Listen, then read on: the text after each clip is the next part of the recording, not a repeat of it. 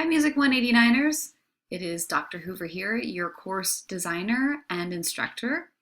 This is a video to describe the content of the final project. If you go to the second module under Course Constants, the very last subheading is your final project. If you click on the final project, Music History Timeline, this is where you will be submitting your project at the end of the term. So if I expand this down, you'll see that the first part of the music history timeline is the full explanation of the project. There are two videos, this one, as well as a video describing specifically the technical requirements needed to complete the timeline, as well as your submission instructions. So if I go back up to the specific description of the project, what you see is that what I am having you do it by the end of the term, or you can work on this incrementally throughout the term, is organize the listening guide pieces, the Norton Inquisitive Listening Guides, into chronological order.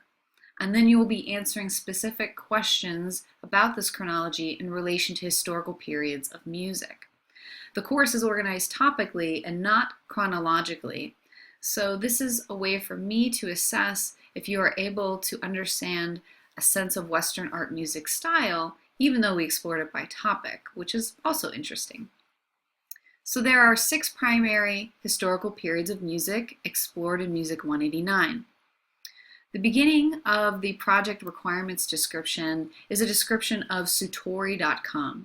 Sutori.com is the website that you will need to use to create your timeline.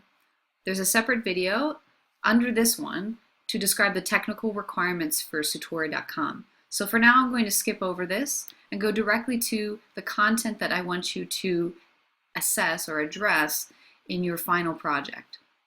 So beginning at letter D, before adding pieces to your historical periods, I want you to describe the following 3 areas of concentration in as many text and image, video, and or audio boxes as you like for each historical period of music. So for addressing letter D, you're going to 6 times, because you have to do this for each historical period of music, address the following. So let's start with the Middle Ages and Renaissance. What was the social, political, cultural, and context? What happened in society at the time that influenced the composition and performance of Western art music?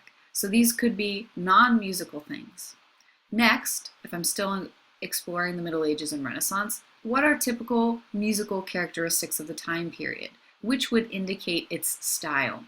How may melody, rhythm, harmony, texture, the musical elements of the first module, be expressed within the time period that make it that style of the time period? So when we talk about style, this just means, oh, that sounds like it's from the Renaissance. So what specific musical elements make it sound like it's from the Renaissance? Lastly, for the time period you're exploring, so we're starting with the Middle Ages and Renaissance, where was music composed and performed? In churches, in secular spaces, in concert halls. Your book will help you, and the specific professor additions throughout the modules will also help you address this. After you do this for each of the historical periods of music, and you might want to do this also incrementally as you move through. So in the very first module, you explored the Middle Ages and Renaissance. So you might want to take care of that within the very first week of the course. After you've addressed these 3 areas of concentration for each historical period of music, I want you to organize our 27 listening guides, which I've listed below, in chronological order.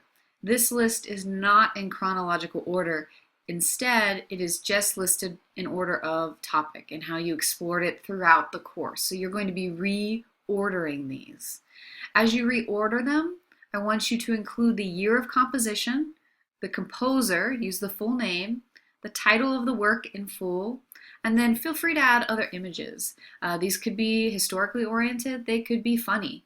I want this to be your own creative timeline.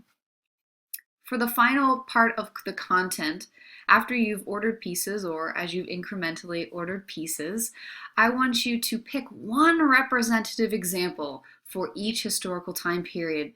So you're going to pick one of these 27, so 6 of the 27 total, that you think really demonstrate each time period. And for each of those pieces, you're going to answer the following 3 questions.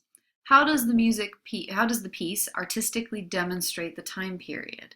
What about it? Is it where it was performed, who was performing it, how it was influenced by social, political context? This is perhaps the most important part, what musical characteristics of the piece? So describe the musical elements of the piece and how they align with the musical elements or musical characteristics that are typical of that time period. And then lastly, you can always include more images. I like these timelines to be creative. You can make me laugh. You can include GIFs. We'll show you how to do that in the Satori technical requirements video.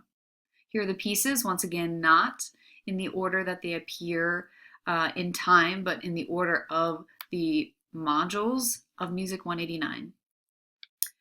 The project objectives, all 3 of them align with the overall objectives of Music 189.